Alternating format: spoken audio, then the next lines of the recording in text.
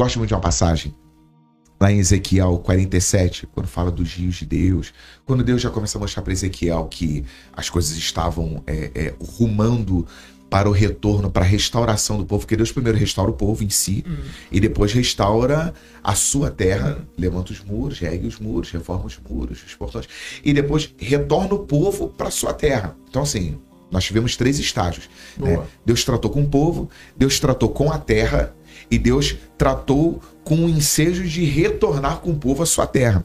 Só que há um hiato nisso, entre preparar o povo e entre deslocar o povo e reassentar o povo através da autorização de Ciro à sua terra.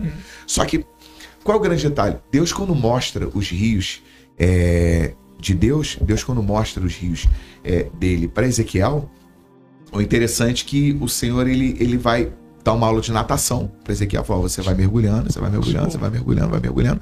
Só que, olha interessante, no conceito da experiência de Ezequiel, ele viu as águas que brotavam de dentro do templo. Tanto que no capítulo 1, no verso 1, fala 4 vezes a palavra templo. Em outras traduções fala casa. Mas ele vai falar templo, templo, templo. E viu a água saindo de debaixo dos umbrais do templo, que jorravam de dentro do templo. E não sei o que, do templo, e do templo. Ele vai falar do templo. Então você entende que a água nasce do templo. Só que ele vai dizer que a água nasce do templo e ela arruma para o Mar Morto. Só que o Mar Morto gera vida. Só que se você hoje parar para olhar a geografia de Israel, o Mar Morto ainda existe. Só que a fonte da água que abastece o Mar Morto, que descama no Mar Morto, não sai de dentro do templo e nem do meio da cidade. Ele sai lá do degelo do Hermon, no extremo norte, e ele abastece o Rio Nilo, só que ele vai trilhando o caminho que ele vai adquirindo as propriedades salinas da terra. E é por isso que a água vai perdendo a sua propriedade de vida e adquirindo propriedade de morte, porque a água não consegue sobreviver à terra salina. Então ela vai perdendo suas propriedades biológicas de vida. Por isso que quando chega no Mar Morto, a taxa de salinidade é 5 vezes maior do que qualquer oceano do mundo. Por quê? Porque você já passou por tanta terra com a propriedade salina tão alta que você já não consegue mais influenciar a terra, mas a terra te influenciou e te matou.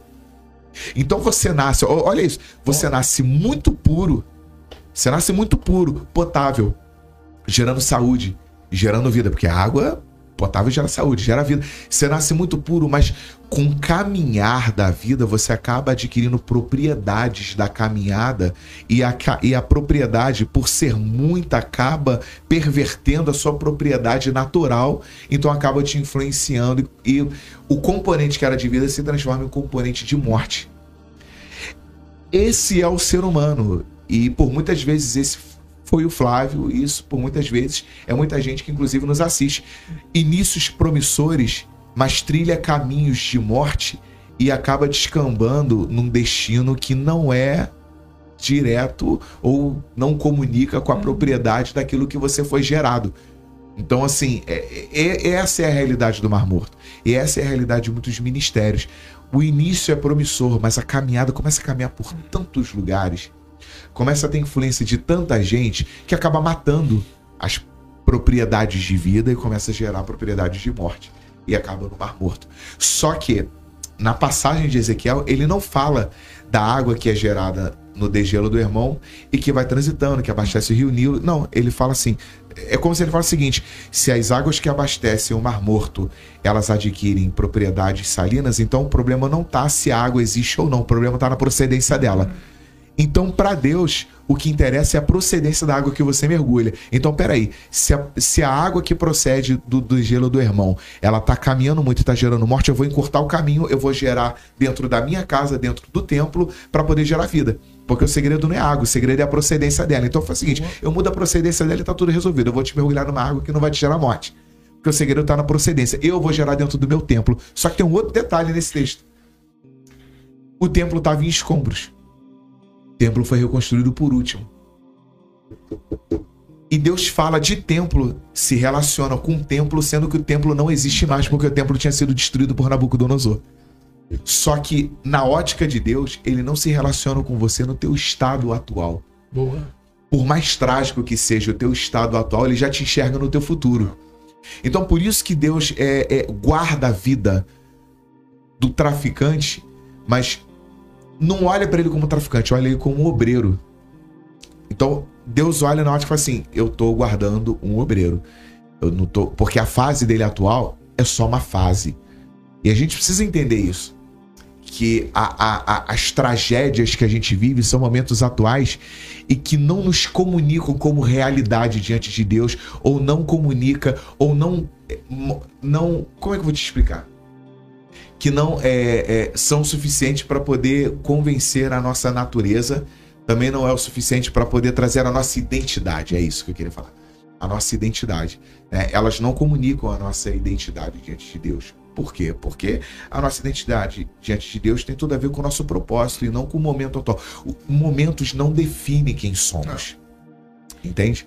Então, assim, o momento do templo não definia o templo na ótica de Deus. Porque para Deus aquilo ali era templo. Eu matava 20 cômodos. Não. Mas é templo, porque eu estou enxergando lá na frente. Porque é muito doido isso que eu vou falar agora. Tem coisas que soam como heresia, mas não é, né? É interessante porque quando o Eterno nos vê, já nos vê, como Paulo diz, né? Já assentados nas regiões celestiais, né? É isso. Essa expressão assentados ali é a mesma expressão usada para o sumo sacerdote depois de ter efetuado o seu ofício sacerdotal. Então, isso é muito doido, cara, porque ele nos vê pronto. Por exemplo, se eu fosse, de uma forma, vou tentar simplificar, é como se, sei lá, cara, quando você olha vamos olhar a história de Paulo, por exemplo. Sim. Mas, de repente, qual parte da história de Paulo que você está? Na parte de Saulo perseguidor ou na parte de Paulo o evangelista, o Sim. apóstolo? Mas para Paulo a história está acontecendo agora. Então, assim, para a gente a nossa história está acontecendo agora, mas pessoas lá no futuro, nós não sabemos se Jesus vai voltar daqui a 10 anos, Sim. 15, suponhamos que ele volte daqui a 50 anos. Se alguém estivesse vendo esse conteúdo daqui a 50 anos, já passei. Sim. Então a pessoa já sabe aonde eu dei, né? Onde a minha história encerrou. Sim. Compreende? Sim, então, por sim, exemplo, assim, sim, agora a gente está lendo a história de Jó, mas para Jó a história dele está acontecendo. Sim. Então tem muito isso, o Eterno nos vê pronto. Sim. Em Cristo nós somos prontos. Essa proposta de propósito, eu vejo um pouco de equívoco em algumas pessoas, algumas mentes, porque não existem propósitos. Existe um propósito, né? Paulo diz que nós somos chamados para o propósito. Isso. Né? E o propósito é sermos feitos à imagem de seu filho. É isso. Então, assim, qual é o meu propósito? Seu propósito é ser semelhante a Cristo, né? Ser semelhante ao Cristo. Então, esse é o propósito. Até Romanos, Paulo fala sobre isso. Nós fomos chamados segundo o seu propósito, não é segundo o meu propósito, Sim. é segundo o propósito dele, que é sermos esse homem perfeito. É mais ou menos assim, aí eu passo a bola para você, é muito interessante, que um dia eu perguntei assim, vamos abrir no último livro.